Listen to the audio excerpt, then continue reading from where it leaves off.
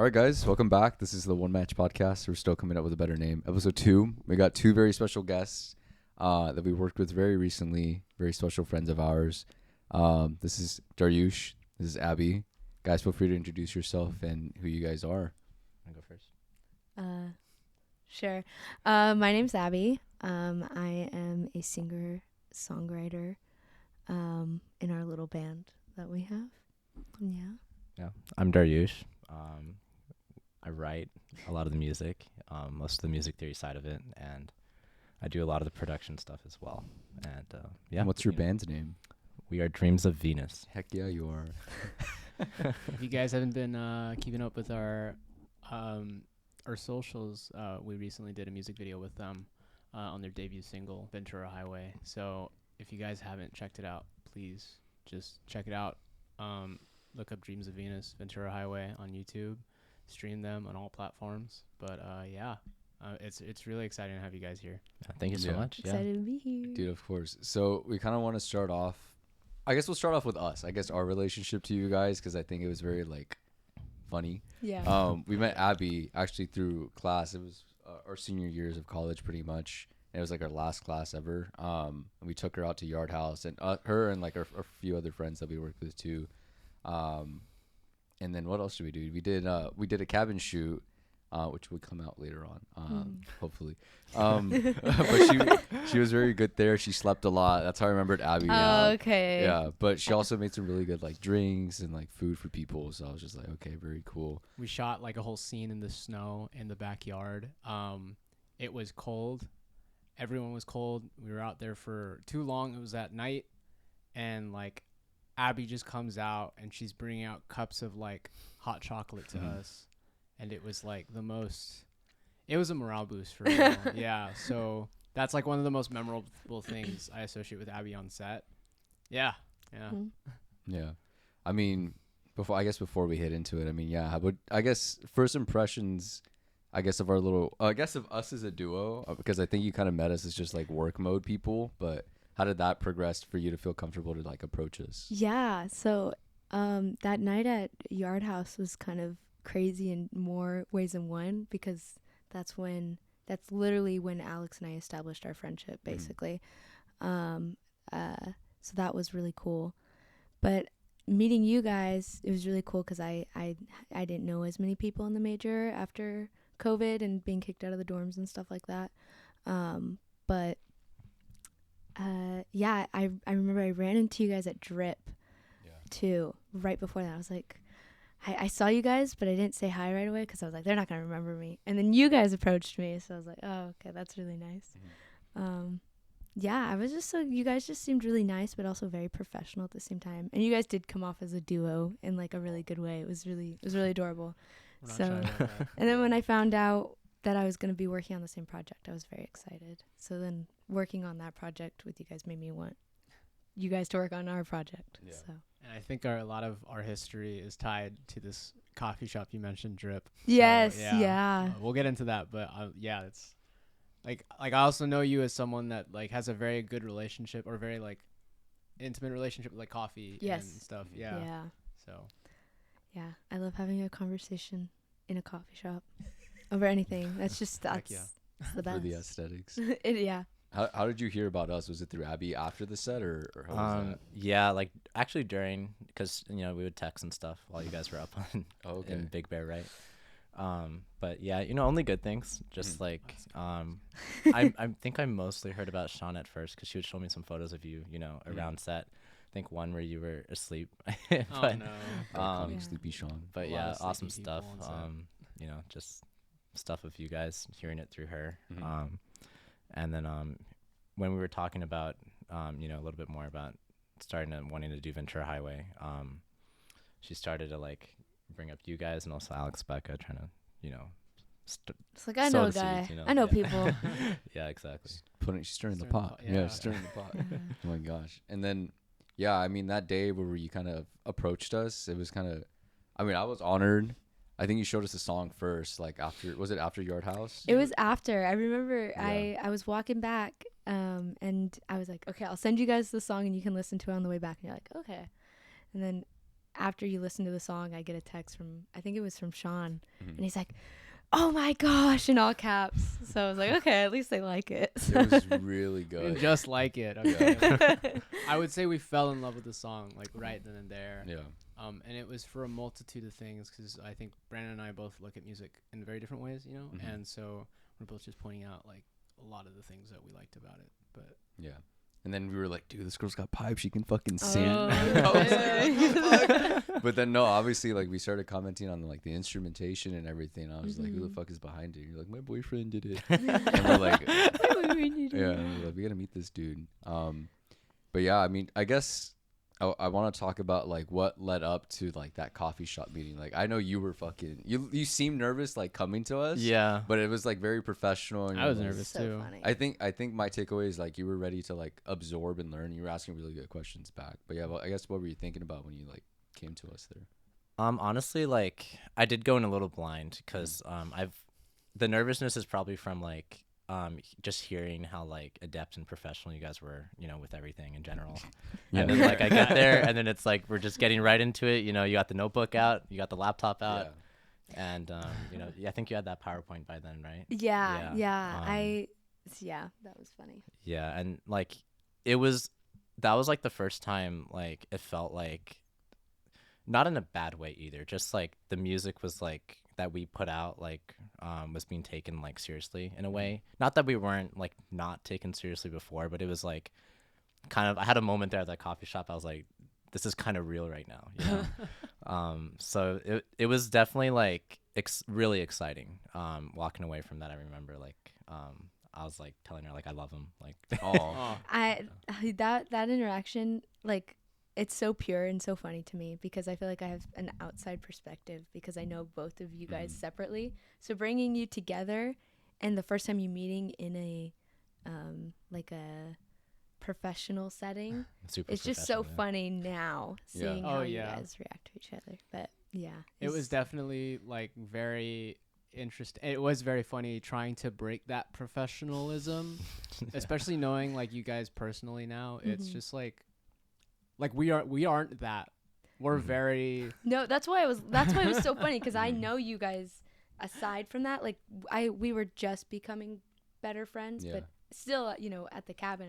How many days was it? Like 4 or 5 days? Something like that. Like Straight, at that point, you just start to get to know Yeah. people, and then obviously I know him separately, and so seeing two different sides and then completely professional is just so funny to me.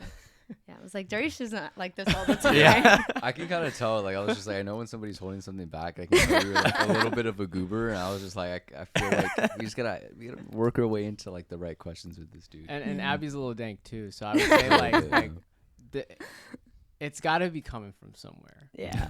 Or like Yeah, Oh, that's yeah. me. I'm the bad influence. Well, I guess we'll get into like the lead up to Dreams of Venus and Ventura actually like throughout this whole thing. But I think I want to circle back to just like, how did you guys meet? What's the origin story of this? And then I'll start, you know, picking apart a few more things afterwards. But yeah, how did that happen? Do you want to go or do You should can I can go. Okay. Well, so we met in the dorms, you know, mainly. Like I was on an arts floor in Juniper Building, you know, shout out CSUF, you know. But I was on an arts floor and like I think because we were an arts floor, people were a lot more outgoing with each other, so there was a lot of mingling, you know, between different rooms and stuff. Like our entire half like was kind of like we would talk a lot to each other and like we wouldn't all hang out all the time, you know. But like you would see each other in common room, and it would be more than just like, oh, they just live over there. It'd be like, oh, that's that guy, you know, I can talk to that guy. But what happened, I think, and you might want to fill them in on just this part. But when you met Matt, who was he lived like down the hall from me, and she met him, and you want to fill in right there? Yeah, so that's such a good story. When I first moved down here, because I'm not from you know, the Anaheim, Fullerton area. Where are you from? I'm from the Central Valley, so shout out to all my Central Valley people. When when I moved down here, I didn't have a ton of friends right away, which makes sense. And it had been a few days, and they kind of did those like activities throughout, like for all the people in the dorms to kind of help them mingle with each other. And nothing was really sticking a ton. And so I was on the phone with my best friend, and I lived in Elm, and I walked down from Elm all the way to the laundry room at Juniper. And I was on the phone with her, and I was like, I have no friends here. Like, I don't know what to do. And she's like, you'll make friends. It'll be fine. And at that moment, I had seen Matt, my friend Matt, and then our friend Ben, and a couple of other friends, Riley. There's a couple of other people also from Juniper's floor in there, kind of playing like I can't remember what game, but they had a little game that they were playing while their clothes were being washed. And I had previously Matt and I introduced each of, like, we met at one of the events, but it was a quick hi and then bye. Like we didn't keep in touch or even try to keep in touch after that, but I recognized him, and he kind of saw me like staring at them, and he's like, do you want to like join us? Like, yeah. And that's just how I like became friends with him. And then I kind of just continued to hang out with him, and I was always in their dorm building 24/7. I was rarely ever in mine. And then being in their dorm building on their floor all the time, that's how I ran into him and Edwin. Yeah. Yeah. And, you know, from there, like, we just started talking and stuff. I had just gone out of another relationship towards the end of the middle of the year. Sorry, So trying to place it, but yeah. And then, you know, we just started talking because I would see her in the hall all the time, and then the common rooms and stuff. And then yeah, just kind of, you know, picked up from there.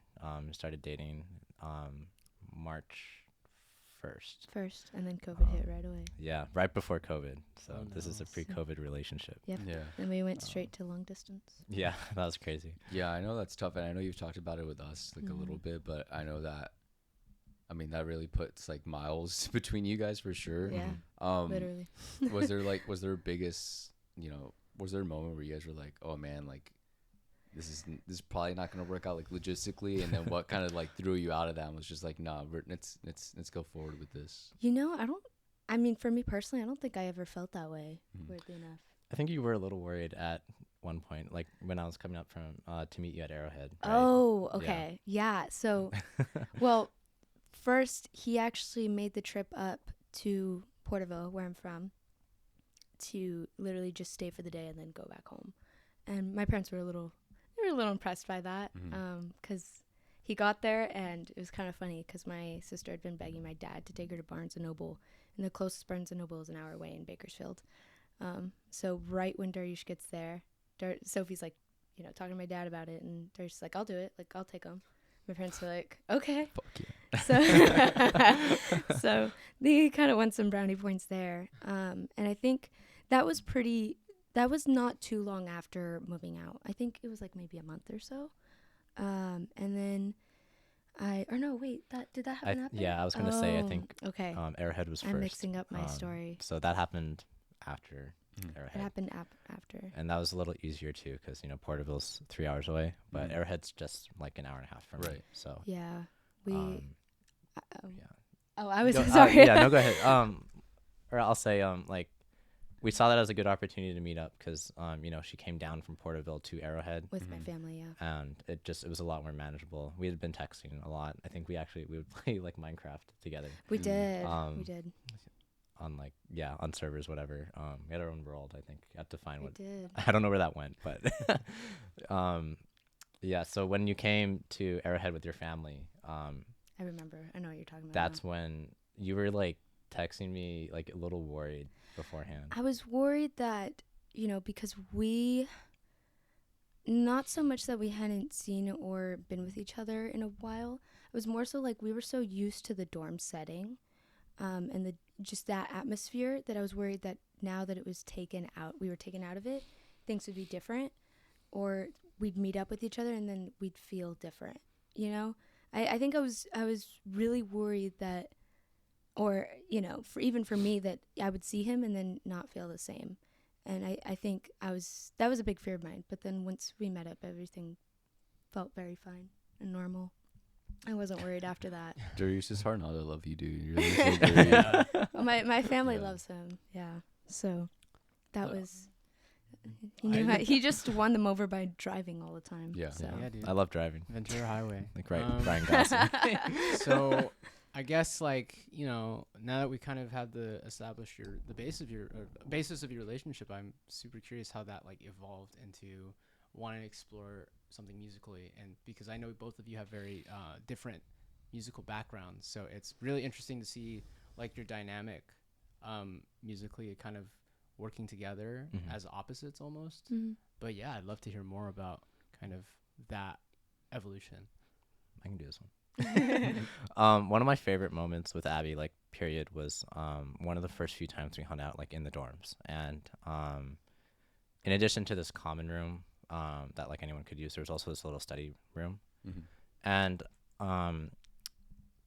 I don't remember if this was like before the first date, but like we just literally went in that little study room, and like I brought my guitar, and then we just started kind of singing. Like, Oh do my you god. remember that? Now I Yeah. do. You were No. that guy with a guitar, bro. He sang at me like Mhm. like Yeah. I'm just kidding. I Yeah, I played hear him guitar at sing. her, you He know. played guitar. But yeah, like I forget, like I think we you showed me like Phineas that time. I remember that was the time I got introduced to I that do artist. remember I introduced you to Phineas. Like obviously I knew Billie Eilish and stuff, but Mhm. I hadn't really delved deep enough to know about the brother. The brother. But what was that name? What was the name of that song? Do you remember? Don't.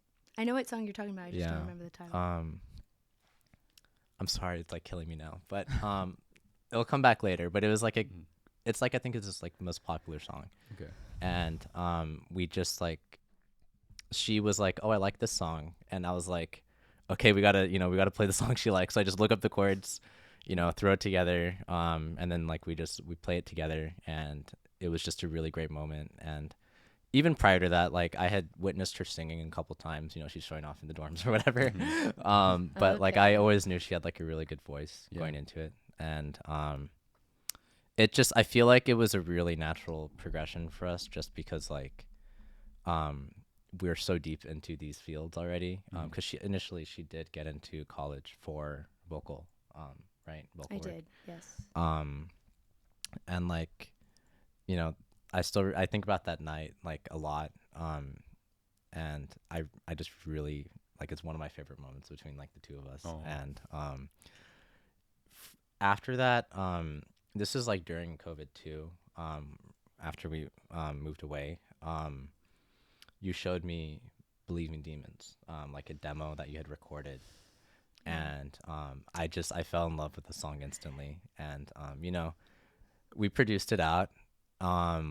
It's not quite ready for for the public, She's but a little rough. yeah, she's a little rough, and I've learned a lot since then.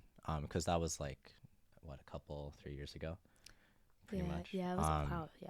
But after I put that kind of demo together, I don't know if I've shown it to you guys yet, but I don't think so.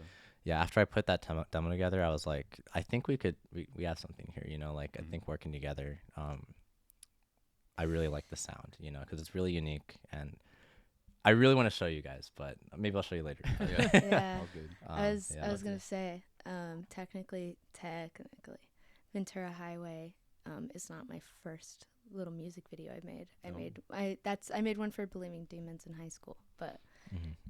ooh, I don't want to. We're I gonna don't want that visit to that. get into people's hands. We'll visit that like way down the line. Yeah. Yeah. You're gonna send us a video after the Yeah, this and we'll yeah. Yeah. throw Mm. it up on. I don't even Reels. know where that is. It's good to like revisit stuff like that, because I mean, like I think it's funny like when you see stuff from your past and you're like, dude, that's kind of cringe. Like my haircut was Yeah. boof. Like I thought it was so articulate, but back then you're like, oh, dude, like nah, it's kind of cringy. Like, but what was I thinking? yeah, it happens though. But yeah, I mean, I kind of want to get into closer to present day.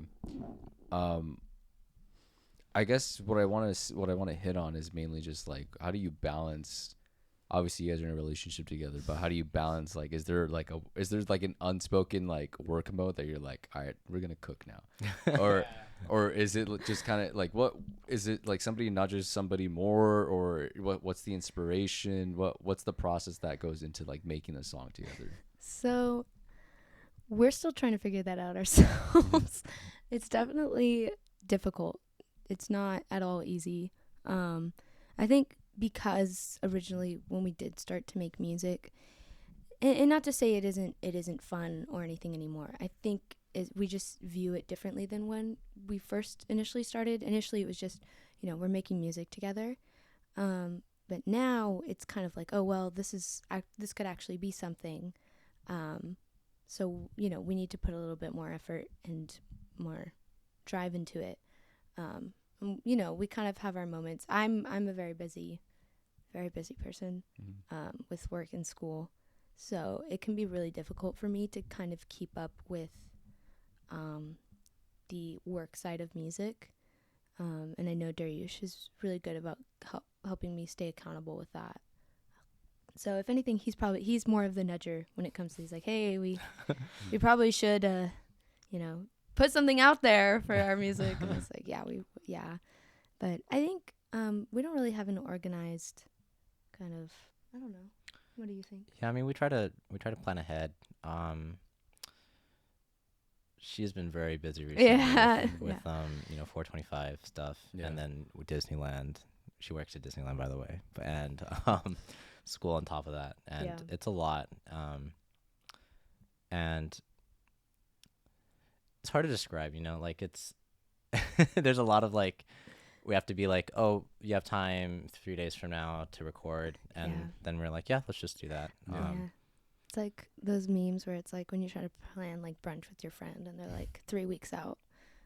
It's like really how it is. It's kind of bad. We're adults. Yeah. It's hard. It's very difficult. I'm just like, just wait till I graduate. I'm almost done. And then I'll have more free time. We feel that. I mean, Sean and I feel that a lot. We talked about it a little bit in Nico's podcast, but it's very much so like, I don't know, with us, like we're doing what we love. Like this podcast is something that we love doing too. It's like, it gives me a little bit of like a therapy break. Yeah. And it's just good to talk to people, obviously, that we love and know too. But it is work at the end of the day. And it's on that gray line where you're like, it is fun, but you realize that you're like putting more on your plate and more on your plate.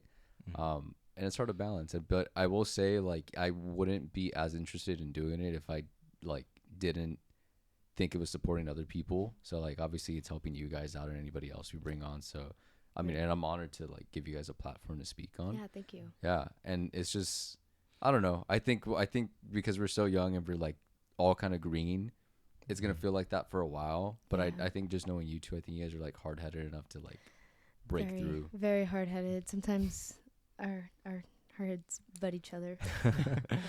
It happens, it's. I mean, that's what you got. I mean, we're not in a relationship, but I mean, like we live. I mean, mom and dad are fighting. Again. Yeah, I mean, I've heard that a few times on set. Oh yeah, but I literally said that like 10 minutes ago.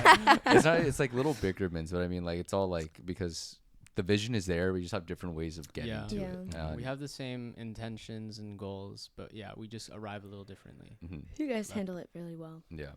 I think because he's an older brother and I'm an older brother, so like I know when like conflicts are like real and when they're just like, dude, just relax. Like we can handle it different ways. I don't know. See, I'm the older sister and he's the only child. Oh, so that's a different. Navigating that is different. Oh, dude, yeah. I can relate with you a little bit, being like, I was an only child for a long time, and then I had a really young brother. So it was like the transition of being like responsible for an older, I mean, for like as an older brother, that was a rough transition. So yeah, you losing all your attention and stuff. You do. Yeah, but I mean, if you don't mind me asking, like, what are some of the obstacles when it is like working with someone? Because, I mean, we had Nico last week, and he was kind of talking about his creative process, and he used to be in bands, and now he's solo, and he's kind of talked about feeling like he feels very liberated, that he kind of he's not really juggling working with someone. So I don't know, like, on the other side of that, like, how is it working with someone, and are there obstacles? I feel like genuinely like the only obstacle is pretty much time. Yeah. Like I don't even think we've had any like creative differences in like anything so far, which, you know, like maybe it's too early to say that. Who knows, you know, in the future, like we'll totally disagree on something. But honestly, like I don't know, like, right? Like I feel like we don't really infringe. And if we have a suggestion either way, like, cause you know, she's more focused on lyrics and like the vocal performance, and I'm more worried about like the production stuff. If there's ever like she has something to say about the production or I have something to say about the vocal performance, I think we're just super good at being like receptive and effective communicators and like making sure that like even if we disagree, like we're still considering the other opinion and stuff. Yeah, I definitely think the way our dynamic works, at least, and I agree, the only thing holding us slightly back is time, and you know that's kind of always gonna be there. But I feel like when we did meet each other and we decided to, you know, kind of mess around with music, the things that we specialize in tend to be the other person's weakness. And so with that, it works out really well for the both of us because I don't know that much about, you know, music production and music theory and stuff. I can't do that, but I can sing and I can write lyrics, and I know it's kind of the opposite for him. Yeah, so I cannot write. It just works out, I think, in our favor. That it doesn't really feel like we're stepping on each other's shoes. And even when I do feel a certain way, which, you know, usually I tend to like what he has, you know, written down and stuff. Yeah, I don't. Yeah, I'd say if anything, sometimes it's like I'll do something, you know, on the computer production wise, and I'll be like, "Do you like this?" And then she's just like, "Yeah," and I'm like, "Are you sure?" Like, you can't come up with anything you don't like about it. Like, come on, give me something to work with, you know. Yeah, and there'll be times where he's like, "Okay, listen to this," and then he plays another one. And he's like, "Okay, which one do you like more?" And I'm like, "They sound the exact same to me. I don't know what you want me to say." Yeah. Daryuish, I know that feeling of getting like too lost in the sauce when it comes to like, you know, tweaking a track or something. So yeah, I totally understand. Yeah. Do you feel like, I don't know, maybe it's not like the biggest obstacle, but do you feel like you guys are so, I guess you nitpick your own work a lot, like in the lyric side, singing side, and then for you, like the instrumentation, that is there a point where you guys are looking at each other and you're like, let's just move on? Like, it sounds good. Like, let's continue going. You kind of take each other out of like each other's like little box that you feel like you need to be a perfectionist at. Yeah, definitely. Because I know there are times where, you know, he's trying to come up with something either for a new song or for the same song. And he'll literally sit at the computer for hours just trying to find some inspiration for, like, even if it's just a small section of the song. And sometimes I'm like, listen, I know how it is as an editor to sit at something and stare at it for hours, but you need to step away and then look at it with completely different eyes, and like you'll be like, wait, why did I do it that way? You know, or it's important to take those breaks as much as you don't want to, because then it feels like you're wasting time. But I feel like that's definitely something on my end, at least, that I feel like I have to pull them out of sometimes. Yeah. Yeah. I love you, Daryuish. I love you too. I guess I think this is all good stuff. I think I like hearing it because, you know, we relate a lot to it. Yeah, definitely. Just because I know the process, there's no right answer for the process, right? Like you can go, you can take any steps and you can get there. And I think luckily, not to spoil the very end of how this podcast is going to end, but luckily you guys have reached some pretty good success so far with, you know, releasing your music and whatnot. So I'm really proud of you guys. I guess what I want to talk about here is just more so on the creative side, and I guess just more so on a personal note on my end, see if it relates to you. A lot of people growing up, you know, like a creative career is not something that like, you know, like a parental unit would kind of envision. Like, I think it's just very much so, you know, get a safe job, get something that pays well, and like you'll be happy after that kind of thing. And I think, I mean, to their credit, I think life just does that to people, and I think it turns a lot of people away from it, and I completely understand that. But I think when you're really passionate about something, and I feel you guys really you guys are, you're pursuing, you made the decision, you even told us up front, like, no, we're taking this seriously. So when you guys came to us with that, I took it as seriously as I would like any other project that we would be manning. But I mean, yeah, was there like any pushback at all in the beginning? Not even, even recently, but even back then, when you had interest? Because I feel like you guys, I mean, do you play the violin for a living? Abby, you're great at singing, and I mean, like you said, you went into college for that. I mean, what was the journey to get to where you guys are now with that? Do you want to go first? 'Cause mine's kind of a lot. So. Okay. You mean, sorry, like the journey, like. I guess like, did you feel like you needed to kind of fight for where you needed to be at? Like, did you have a vision and you're like, I think I can do this for myself? And was there support for that, or initially there wasn't? Yeah. For me personally, it was kind of difficult when it came to college apps. I've been, I mean, I feel like, all singers say this, but I've been singing for as long as I can remember. I always loved to perform. And so when I was younger, a part of me was like, oh, I want to be a singer. When kids are like, I want to be a rock star. I definitely wanted to. And when I got to high school, I was, in choir and all of these things. And then when it came to college apps, I had to choose between film and music. And that one was really hard for me because I also really love film. And so I ended up choosing music, vocal performance. I got into Fullerton under vocal performance. And right before orientation, I had like a slight crisis and was like, what am I going to do with my life? Like, I don't know what jobs I'm going to get as a vocal performance major. So I last minute switched my major to film. And I had all the support from my parents. I know, of course, like they support me and, help me out a ton. But I understand also their worry of, what am I going to do when I graduate? And I still worry about that too. So it's, yeah, I have the support. It's just also being confident enough to like take those leaps at the same time. Yeah. Yeah. So for me, there's a lot. So if I'm like rambling and stuff, feel free to like, help redirect me. Like, please. But I feel like my entire life has kind of been entrenched in music in some manner. I started piano when I was 3 years old. And I mean, that was my first instrument. And then I started violin when I was 7. Quit piano, continued violin all the way up till now. And then I also tried to pick up some guitar around junior high, like 7th, 8th grade. And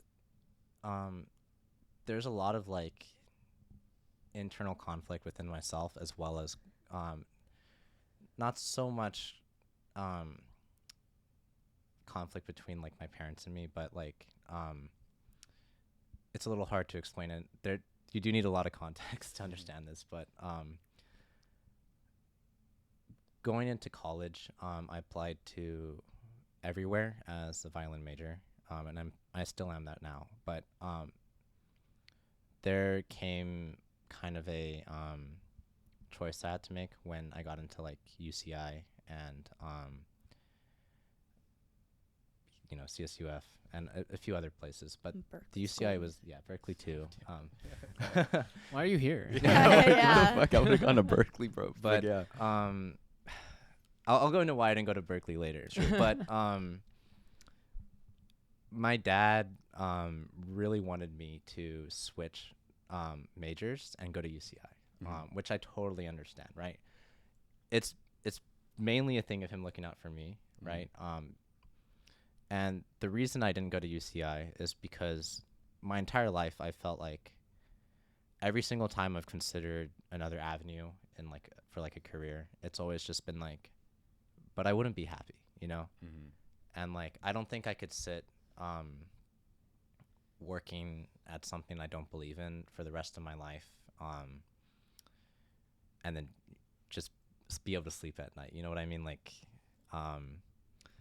what ended up happening was like I stuck it out and I chose to do violin major at CSUF, and there's some things about that too that I kind of regret a little bit of. And I think a lot of it is in part of kind of me not being true to myself in the way that like I knew I wanted to do music, but I kind of wish I went down the path of more so of like audio engineering, sound design, rather than violin performance. Mm-hmm. I love the violin, don't get me wrong. It's a huge part of my life, and I've made a lot of great relationships as a result of it, you know, and I am still really passionate about playing the violin. But if we're being honest, it's extremely hard and competitive to, you know, be either a performer or even working at like a school and stuff, you know. So recently I've been actually teaching violin, and it has been really fulfilling, and I do enjoy that a lot. And I like to think that I'm a pretty decent teacher, you know. But I feel like a big part of that internal conflict I mentioned earlier is me kind of realizing like maybe I don't want to just do violin for the rest of my life either. And I feel like Dreams of Venus is kind of like the culmination of like me realizing that, and kind of like me going to myself, this is what I want to do. This is what makes me fulfilled. This is what makes me happy. And I don't need us to be like, you know, the most popular like Billboard top 100 and everything. It's just I want to be able to like comfortably like kind of support myself and hopefully eventually her doing something I love. That's my goal in life, like hands down, completely. And like I mentioned my dad earlier. I think in a way he kind of like saw the worry I have about violin now when he initially wanted me to, you know, like go to UCI and switch my major. And I wish I had kind of like the guts to tell him what my actual dream was, you know, being like audio engineering and sound design and music production. Because I think it would have kind of smoothed a lot of the conflict that resulted of that over. Because now he's extremely supportive of, you know, the whole Dreams of Venus thing. The music video, as I'm sure you guys know. But we've met him, yeah. Yeah. We got to talk to him. It was great. Yeah. And he is very supportive. Yeah, no, he's been amazing through this, and I think it's because he kind of finally sees my vision. But the fact that he didn't before, I think, is really my fault, because I never felt confident enough to really tell him about it, if that makes sense. Because honestly, even to myself, I wasn't confident enough in like kind of being okay with committing, you know, my life to this, and telling like it being kind of like everyone knows I'm committing my life to this. You know what I mean? But yeah, I mean, there's a lot more layers to that, which will probably will come up later. But dude, no, I mean, I just want to say, I mean, for both of you, I think it kind of shows. I mean, I'll start with you. Like in the music video, which you guys should go check out, by the way. There's a lot of shots that you do, and you like surprise. Like I think first and foremost, you brought up performance, and like, not that I doubted you, but you're like really, really good. Like there's this scene where you're like on a theater stage and you're like going off. And I'm like, whoa, okay. So I think that shows, and then also like I think you just You're have not a drown. Yeah, really that too, dude. You're like an athlete, low key. Like, I mean, I was an athlete. yeah. So you did. What was it? Water polo? I did water polo and swimming. Yeah. So I mean, like, dude, that came in clutch. I'm not gonna lie. you have like some hidden talents where I was just like, dude, do you need some help? And you're like, dude, I got this. I'm like, all right. But then you too, man. I think it is tough. I think being so young, before even getting into college, like you were 17, 18 at the time. Yeah. At the time. But for anyone that young to make a decision and be like, this is what I'm doing at this age, I think in this era too, I think it's just really tough because there's so many avenues you can take. And because there's a lot of, you know, becoming an artist back in the days, like, I think it's a different thing because you have to be like an instrumentalist. And I think you kind of see the growth of like musicians. You see it from a young age. They're practicing music from like really, really young, or they pick it up later on, but they're older. And then, you know, with you, obviously you're practicing it for so long, but the fact that you wanted to do like, you know, something that was very tangible towards creating like songs, not just sticking to one instrument. That's tough to know back then, you know? So, I mean, I don't want to say like, I understand you're taking fall, but I mean, like, dude, you're so young. Like we don't even know what the hell, like we have a vision, we have a direction, but do we have goals that are tangible, and like, do you know the steps to break it down? I think at this age, I think we're able to do that more, but it's really hard to even put that into perspective at such a young age. And confidence has always been like a big struggle, I think, for anyone. Mhm. But yeah, I guess like, how do you guys? What is your relationship with your confidence or self-esteem when it comes to music? Because I think it's such a vulnerable thing to just put out music. So You yeah. wanna go first? I have to think about this one. Okay. Well, for me, I think when it comes to singing, you know, even if I end up happy with the result of what we come up with, I still doubt, my voice. I still doubt my worth when it comes to being a singer, because there's plenty of people out there that are, better trained than I am, and have a better sound. But I think, I don't know. It's just kind of like, well, if I'm not doing it, then I'm not trying, and I especially with the music video, that was a really big step for me personally, because I'm really put in a vulnerable spot, I'm really pushing this out to the world and saying, hey, critique this and give me your thoughts. And I am a very sensitive person. So when I, get feedback that could potentially, be really discouraging, it's kind of scary. So especially, I'm really happy to see the reactions that we're getting from the music video. But even so, I think just kind of trying to throw caution to the wind and ignore whatever might be stopping me, whatever emotions or fears I have that are stopping me. I kind of just like, yeah, I feel them. They don't go away, but I mean, I would rather try than not try, For me, it's like, and we'll probably get into this later as well, but initially when I started my production journey, if you want to call it that, I was mainly making like either joke songs with like my friends, or like Which are still pretty good. They're fire. Yeah. Or like I did, and I haven't, like, I don't show this to people in general, but there's a SoundCloud account with like 3-4 songs on it that are actually me, like solo. And like they do have like my vocals on them, and that's something that I have felt like super self-conscious about, because I have no vocal training, and it's like, because I'm like very deep into classical music as well, is I can tell when people are good singers and stuff. I can tell that I'm not one of them, and that's okay, like that doesn't bother me. But and like one thing I've been interested in doing, is vocal coaching in addition to that. But like in a way, doing this makes me like, I get to be really confident in my aspect of what I'm bringing to, Dreams of Venus. And I like to feel that she's really confident about, her side too, the vocals. And I feel like it's just, we're bringing like the best aspects of each of us forward. And like, for me, it's like, I can put Ventura higher on the table. I could be, this is really good. Take a listen to it. And I'm proud of it, And I guess all in all, it's just, we're covering our weaknesses, and that helps me feel good about it. Yeah, sometimes, I'll record and we'll listen back to it, and I'm just like, I don't know how I feel about this. Not that it's, and he listens to things and he's like, that's a little slightly off, a little pitchy there. So not, he'll let me know, but even if it's like good sounding, something's like missing. It just doesn't feel right. But then when the production comes in and I hear it with the production, it's like tied up in a little bow. And I'm like, that's it. That's what I, now I'm more confident in it. I just needed the other stuff with it. Yeah.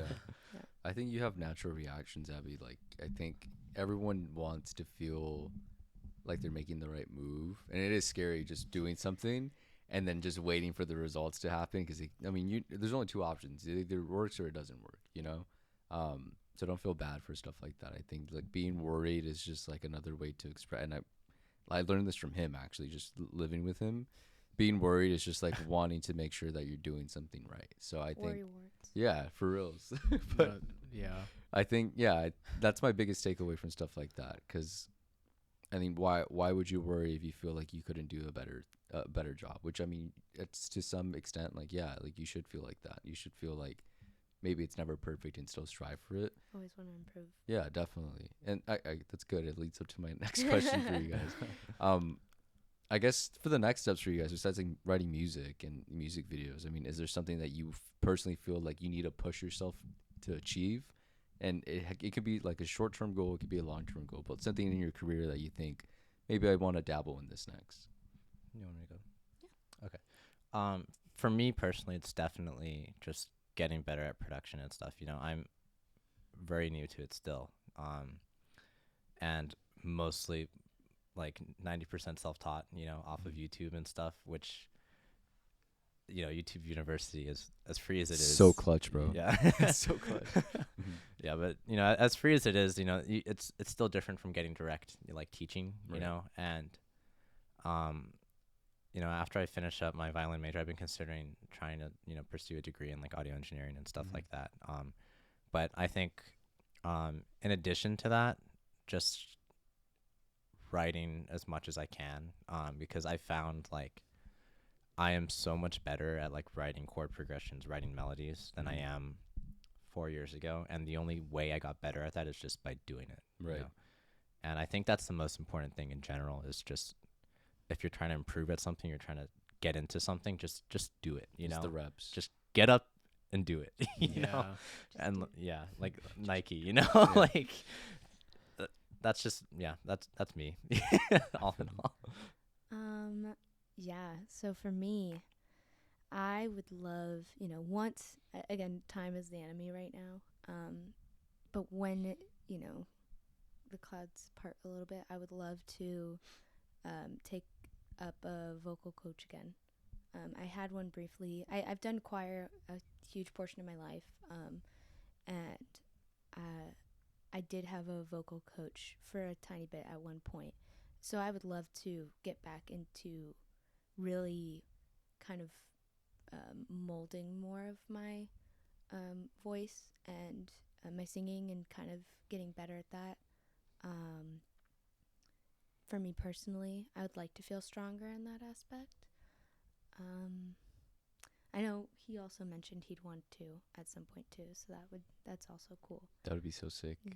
Like a little duet, you know? Yeah, I'd love and one of the that. songs would be so sick.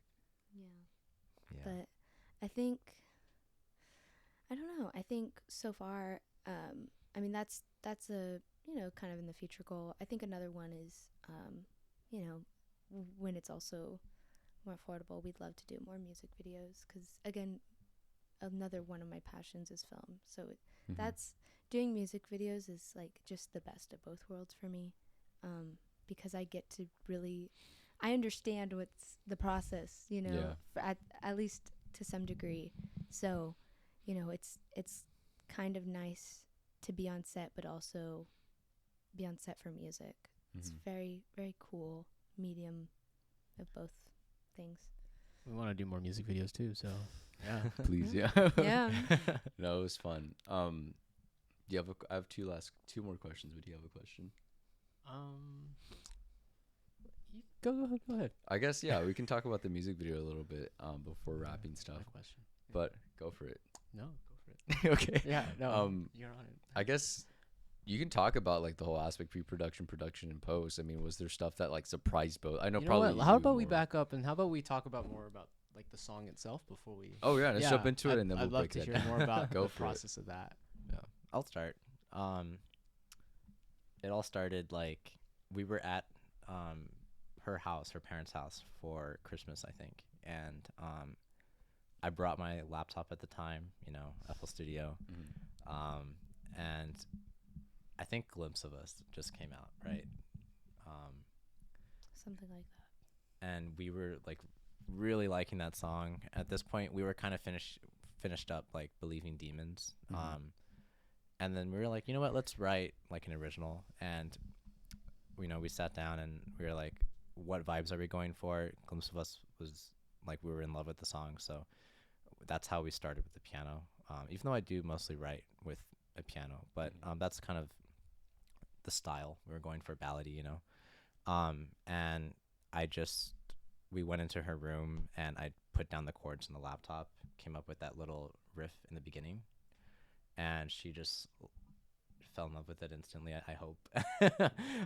And then she just started humming over it, and I just kept writing to it, right? Kept writing chords, and she just kept humming melodies for it and stuff like that. That's kind of how it got started. You want to? Yeah, and yeah. So the part that sticks out to me the most is we were driving on the way to see my family in Pismo. This was like how many months after? It took us a while to make this song. This song took a while. Again, time. But we were driving on the way to Pismo, which is a good couple of hours away from Fullerton at least. And we just decided to let's write the lyrics, and we just I don't know, stuff started coming to me, and we started molding the words to the song, and then we started to actually have a structure. By the end of it, it was pretty.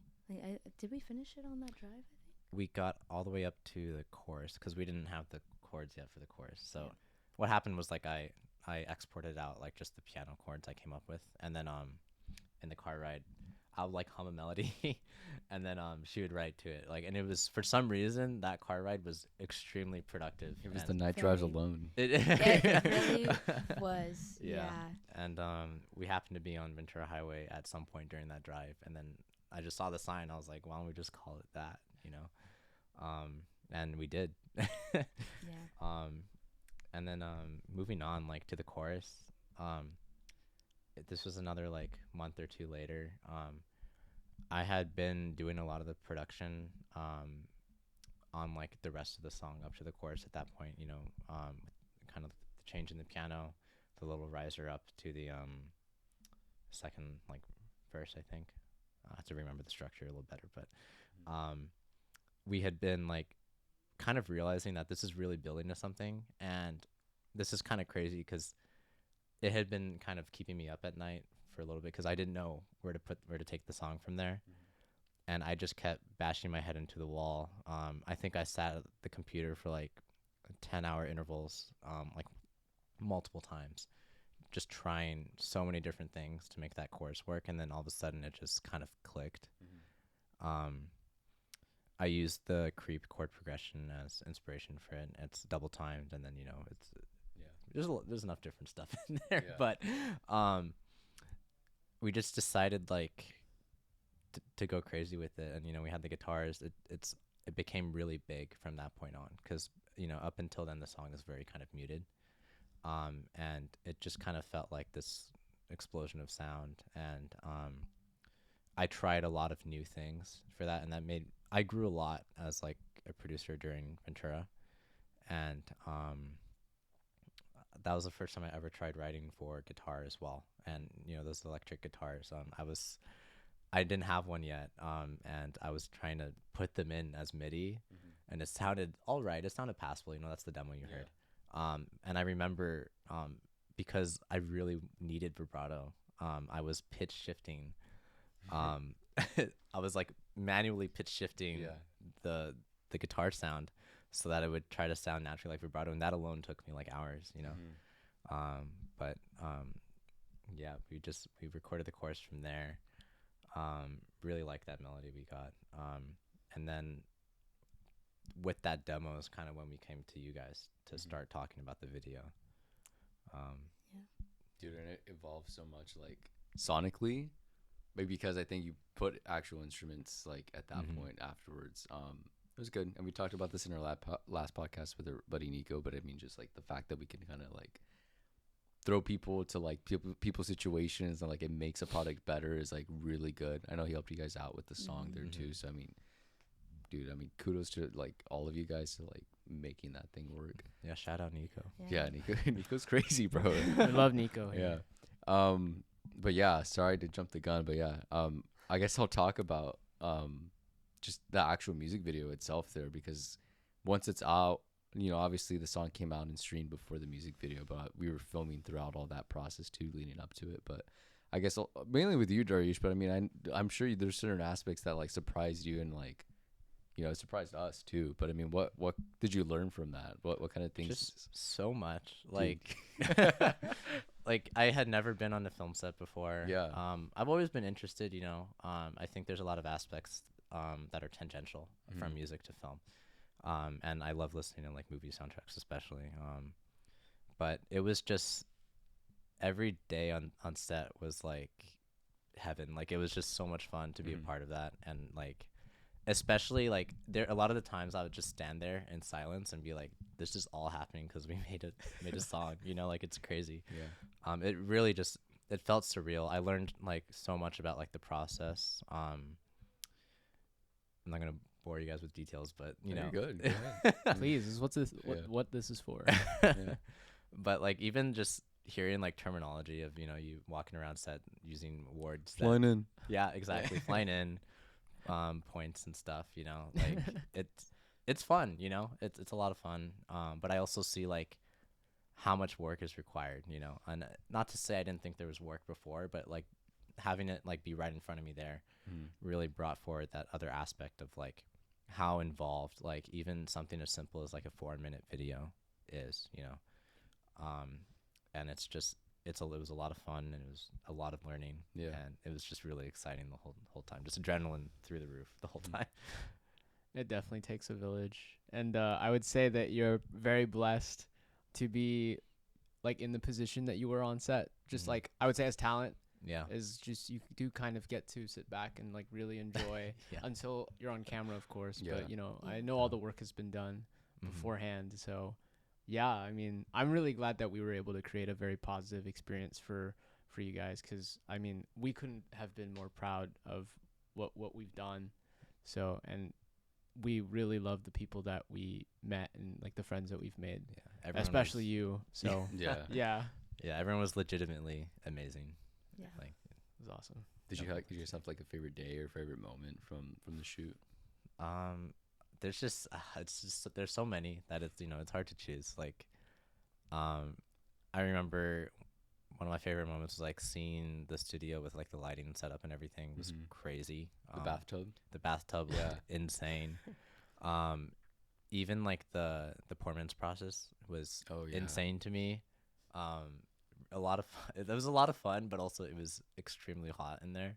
Oh yeah. But like I was too happy to like complain about it, you know. Like I love that photo of Abby with the ice The pack. ice Yeah. pack. Under her Yeah. armpits. Yeah. I was like, all right, guys, I need to go. I'm gonna pass out. Yeah. Yeah. Yeah. For me, I really loved. I mean, just the bathtub was just phenomenal. It's such a good idea and so creative. And alongside that, just all the underwater stuff. It's so cool. I think everyone was a little like on their toes for that, because not so much as anxious, but like exciting, you know, because I feel like a lot of the people on set that day had not worked with underwater stuff as much. So that was really exciting for everyone.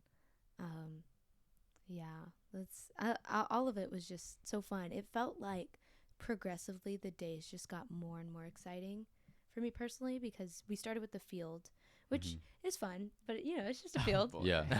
So there's not much to it. But then, you know, every day we started to do more and more, and then it's like, whoa, it's just like, wait, this is actually like happening. It was like a different theme each day. Yeah. The underwater stuff almost didn't happen. I would say like that is probably That was a last minute thing. Yeah, from the feedback that I've gotten so far in the past couple of days, like everyone loves the underwater scene. And even if like when we're on, I have their analytics and stuff, and I know they're looking at it too. But on YouTube it shows you where you can click on, like where people click on the most, and there's 3 major places, one of which is the underwater scene. That's crazy. And everyone just I mean, I think everyone cooked. very proud of that. Everyone But yeah, it Everyone's was just eating. I mean, yeah, for the technical people out there, like it was just really hard to figure out. Rig out a camera for underwater housing We didn't use we were shooting with the Blackmagic 6K. It's the cameras that we're using right now. Yeah. And we had to use a whole different camera because the 6K housing was like $2,000 a day. Mm-hmm. And we were like, no, we had to make the switch to a Sony. But shout out to the colorist for fucking matching. And also you too. I think you helped with that. I mean, it wasn't that hard when it came to matching the footage. It was because you're underwater. It's like none of the other shots look like that. Yeah. Yeah. But yeah, definitely the transition that kind of worked out really well. Yeah. And that was definitely a color thing. Big so brain moves too. love you, Matt. That was that was great. But yeah, it was just Brandon and I were trying to figure out how to move the budget around and kind of figure out what camera can we use that's inexpensive enough but also easy to operate underwater, because there's a lot of things that don't work when you're underwater. Like you can't run HDMIs. You can't pull focus. You can't pull focus. Yeah, so you have to rely on manual or autofocus. And our DP Sydney, I mean, Sydney. she is, but she really wanted to do the shot. So it was more so like I think we had to do it. We did it for y'all, but we did it for Sid. We did it for we Sid did it for too. Sid Oh too. yeah, no, like yeah. I'm so glad it happened. It looks so it good. worked out.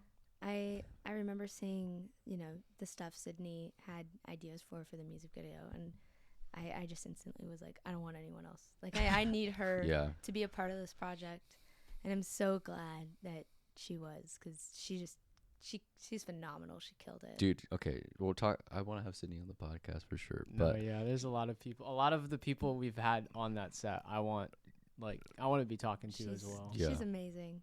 She's so talented, and I remember talking to a lot of the people on that set and just kind of saying, hey, not anytime soon, but in the future, we know we want to do more after this experience. Would you want to be on board? And they people have already pre-signed up, so that's exciting. I'm glad people have not they're not tired of us already. we've been seeing them on sets because we've been working with them a bit, and they like last weekend or this weekend that just happened, they were like, oh, is there any news about another music video? And we're like, sure, it's in the works, but no pressure on you guys. I think I love pre-planning. Yeah, so that's how it started for the me. benefit we've talked about it. The benefit of this music video is that it took a while to come out, but I think because a lot of the vision needed to be planned out so well, and I think that really showed at the end product. So I think everyone stepped up to the plate. One of the proudest things I am about is how much we've all decided like we should take our time with this. We started this in I think March or April. I was looking at the date on when that slideshow that you made. I think it was March. Yeah. April. Yeah. And like fast forward to it's November right now. Yeah. I mean, we took it slow, but I think like it was better because of it. I agree. Yeah, it's kind of crazy because I started that slideshow because I just, after writing the song, I just had like a vision for it. I knew, I was like, this is what it needs to be. This is what the song feels like. And I created little like slides, very just, even a Pinterest board, just anything that I can collect my thoughts in. And I had a class with both, well, I don't know if I had the same class, but I had classes with both Alex and Becca on the same day. And I remember just showing them, I'm like, look at this little slideshow I made. And little did I know later. I mean, I knew I wanted them, but they ended up being the directors, which is really cool. We're having them on for the next one, by the way. Big time. Good. A little spoiler. But yeah, this is the last question I like asking before we wrap things up. I have a couple more too. Oh, you do? A little bit, but yeah, go for it. No, go off, because this is the last question that we're wrapping with. So you go forward. Oh man. Okay. Yeah. I think there's two things. I think first of all, I like really want to vent about this bathtub. Oh yeah. Like I think like that's not really a question. Please do. But I think this is just like I really want to vent about this because it was an insane thing, and I think you had most of the trouble. Fuck yeah, I did. but like. Yeah, one of the shots, it's Abby in a bathtub full of letters, which shout out to the art department, like Hea, so good. Bella, or Izzy. Katie, all of the Katie, I like you guys, all of you have, it's just crazy. You like hand wrote all those letters, and I think even in the video you can even see like there's little notes, and I think some of our names are even in the in some of the letters, which is really cool. But they filled that up in a bathtub in a studio, and one of the biggest obstacles for us, Brandon and I, was just like, how do we get a cast iron bathtub. Fucking into a 400-pound bathtub. Yeah, it was huge, and it was just something that we didn't really consider until like relatively last minute. And yeah, I mean, you were dealing with it mostly, so I have to thank you for that. But yeah, you gotta let me know. Just real quick, because I can fly through this, but generally, like I was looking for like we picked it up out of OfferUp, right? The girls had sent it to us like maybe like months ago, and we thought like our department was like had was purchasing it, and like we thought they were gonna take care of the transport. That's our job, honestly, like coordinating all that, and like that got shoot into like the week of, and we were like, oh, fuck, okay. So like I'm looking for somebody. I'm trying to find like a U-Haul. They're not available. I'm like, oh shit. And then I hit up Jake. Shout out to Jake for like going out there and making it happen. But he went out there with a pickup truck. But I guess there was a delay like the day of. The guy didn't have like people to help load it on. Cause that thing's heavy. Like you need manpower for that thing for sure. So like he's like, can you come back tomorrow? And I'm like, tomorrow is like, the day before we shoot pretty much. So I got like kind of, work mode with him, very producer brain. It was just like, it needs to happen tomorrow from this time to this time. When are you available? And he tells me like an hour time. And I'm like, you said that about today and now they're not available. And he's like, they will be there tomorrow at this time. I'm like, all right. And I had sent him the money at that point. Cause I'm just like, I'm talking with my wallet. Like, please get this done. Jake goes out, like I, just pay him gas eventually because obviously he lost some time there. Yeah. He goes back the next day. The guy throughout while Jake is going there, it's like early 7 o'clock in the morning. He said he was going to be there at 8 with some people. He's like, hey, my guys aren't going to be there till like 9:30. And I'm just like, I had already coordinated like worst case scenario in my head because I just know because I work in the transport business there too. Yeah. Mm-hmm. Like anything can happen, right? At pickup, at delivery, even with Jake being there. Like Jake's very punctual with stuff like that, but I always accounted for the worst. It lined up. Like when I said he should be there at the latest time here at this house to deliver, that's when he showed up, and like the art department was here to like to help him out. There were some other people. You brought your friends. We were on set. Yeah. Brandon was at work. I was on set, and then we just have art department in our apartment without us there, and they're just like, oh yeah, my fucking god, like. There's this whole beef right now, right? And it's Welch's or Mott's. Yeah. Oh yeah. I knew that they did this. If you're a Mott's fan, fuck you. Yeah, fuck you. But I go to bed that night and I go to sleep and I hear it just like crunching under my pillows. And I take my pillow off and there's a fucking Mott's bag in my bed.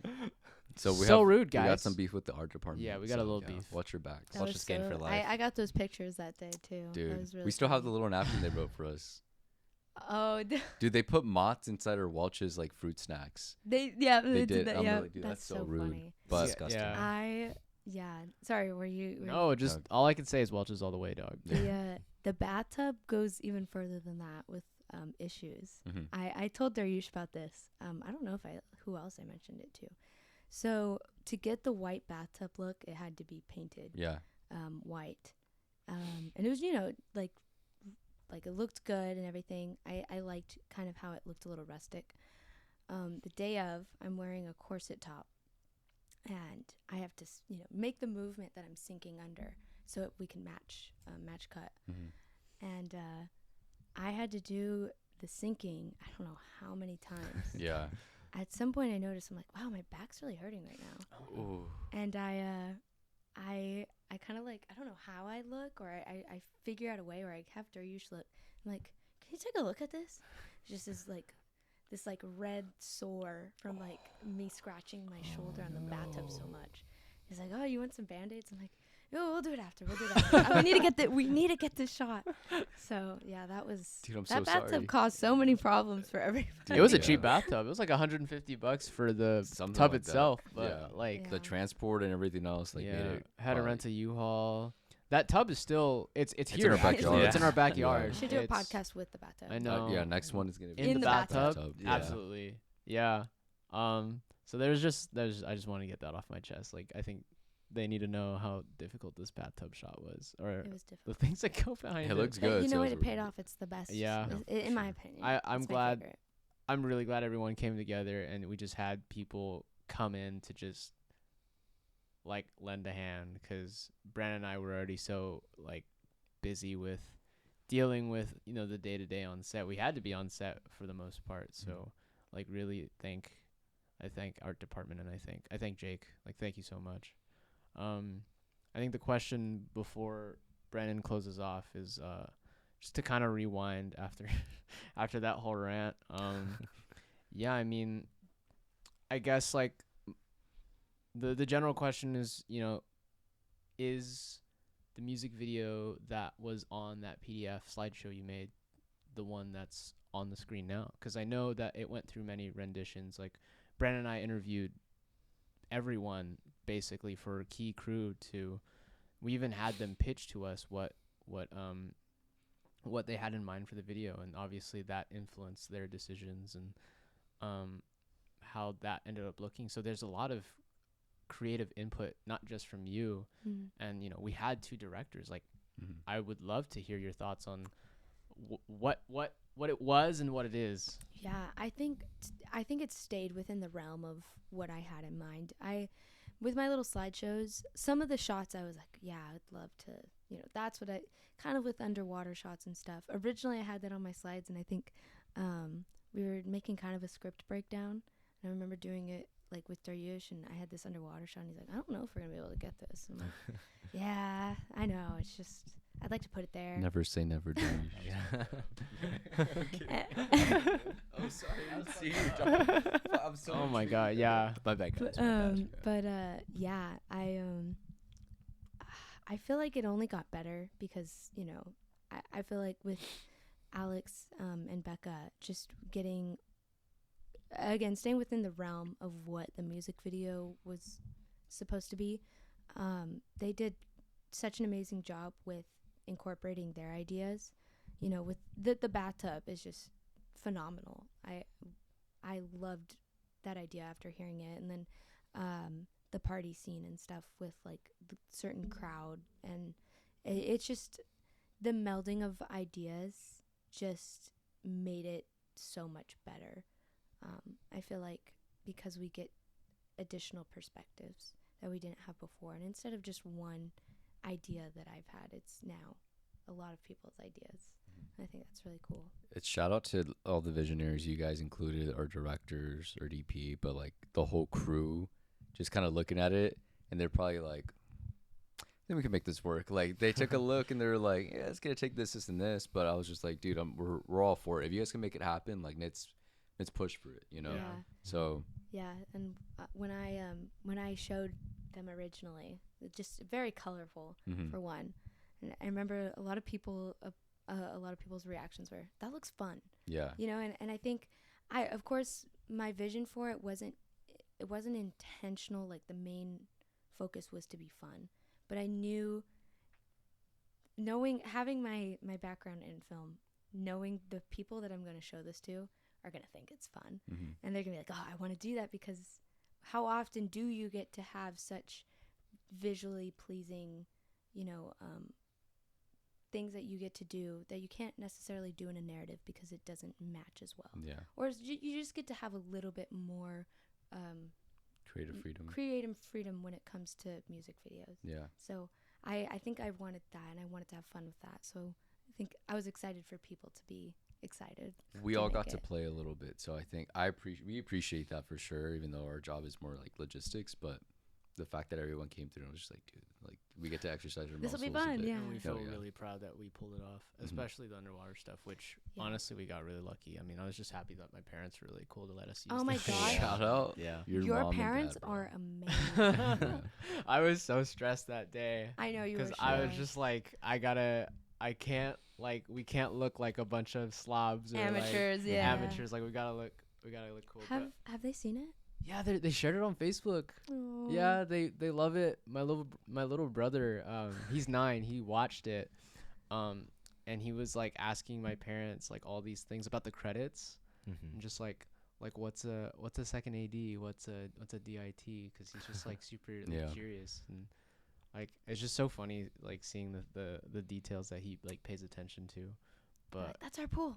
yeah. So that was fun, and I think my parents enjoyed like seeing it, because I was telling them all about it even before we moved here, just kind of like this is a thing. And I don't think they really understood it until it was happening, and then now the final product's out. So I think it just feels good to show like your parents are like somebody there that like from the outside looking in, you don't know what's going on until you see the end result and you're like, wow, okay, I understand now. Yeah. Yeah. I know we haven't. Daryuish is waiting to watch it with his parents. Yeah, So his parents haven't actually seen it yet. Hopefully tomorrow. Yeah. For me, I don't live close to my parents, so when I did see them in person, we talked to them about it. But it's like kind of explaining this not far-fetched but kind of out there idea, and asking for people to help donate. Yeah. My family was super generous, and everyone pitched in, and it was really sweet to see how much they believed in us. And they believed in us, but to what extent? How what do they think is gonna come out of this? There's like believing in, and there's like supporting, and exactly. you never know. Yeah, we're supportive. We don't know what's gonna happen.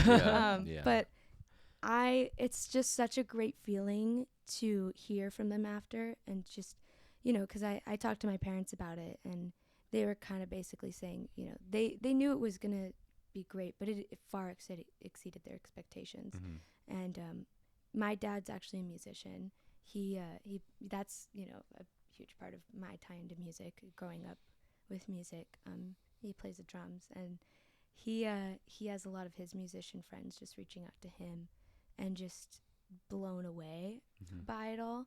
And he gets really emotional because people are just texting him like, I remember when she was little, and now this is just phenomenal. And he was reading me a text the other day and got choked up about it. And so it's really rewarding to see that your parents so proud of what you put out, especially again, like you said, it's a very vulnerable thing, and so it's super easy for that to just be crushed by anyone in any tiny little comments. And it's just so rewarding to feel after this huge long process. Just it's very fulfilling. That's why we do it. Yeah. That's all I gotta say. I was like cheering up. I feel very, very good right now, guys. Yeah. To close things out, I want to ask everybody that we bring up here kind of a last minute question. You guys can answer one at a time, or you can answer it together. But this is for the audience, just to kind of, I think you guys have a really good support group. I think I'm lucky we can call you guys friends there as well, because you guys are really awesome people. We want to continue this, obviously, just hanging out. If we never make anything together again, I'm really glad that we can just hang out together. We live so close together too. But in general, I think I want to ask you guys and direct it towards the audience here. If you feel if they're in a rut or they need some inspiration, just taking away from your guys' side or perspective from what you've learned so far, and what do you think your future goals are going to be? What are some takeaways, or what are some things you can kind of tell them and, just kind of inspire them to say like, hey, you know what, like this is what I recommend you do, or like, maybe just a different kind of direction or perspective on life for them. Okay. I think it can be a little situational at times, if it's like a creative rut, time away will always help, Into the cam, sorry. Oh yeah, my bad. Hello. But yeah, if it like I was saying, if it's creative, like taking a step back is an extremely valuable thing. A lot of the times I sit there and I just kind of rot at my computer, for like hours at a time, just sitting in like, the DAW, just trying to figure out something that works, and then I won't get anywhere. And then I don't work in it for a couple of days. I come back later, and then it clicks like that. Like it's instant. I can figure out a different, angle at which to come at the problem. So I would say just some time away, healthy amount of time away.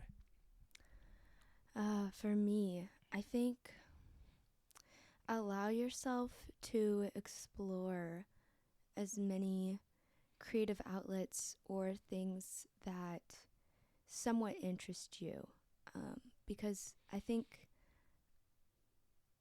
exploring different aspects of life allow you to really draw from a lot of different experiences and a lot of different mediums. And I think, for me, I have a background in music, but having a background in film allows me to visualize what I would love to see in a music video. And I feel like, again, that's me tying into mediums that, are related, but still being able to do that is really cool. And so if you're in a rut, looking for inspiration in different places that you wouldn't normally expect could really open doors and maybe change your perspective on things and allow you to really just open up, your worldview. So, yeah. Well said. Guys, that's Daryuish, that's Abby, that's Dreams of Venus. Go listen to them on Apple Music, Spotify, any major streaming platforms. Go check out the music video on YouTube. Please. Yes, You guys are great, by the Yeah. way. Thank you for coming. Thank y'all. Of course. Thank you Thank so much for you. having us. Big claps. Let's go eat. That's a wrap. Thank All right.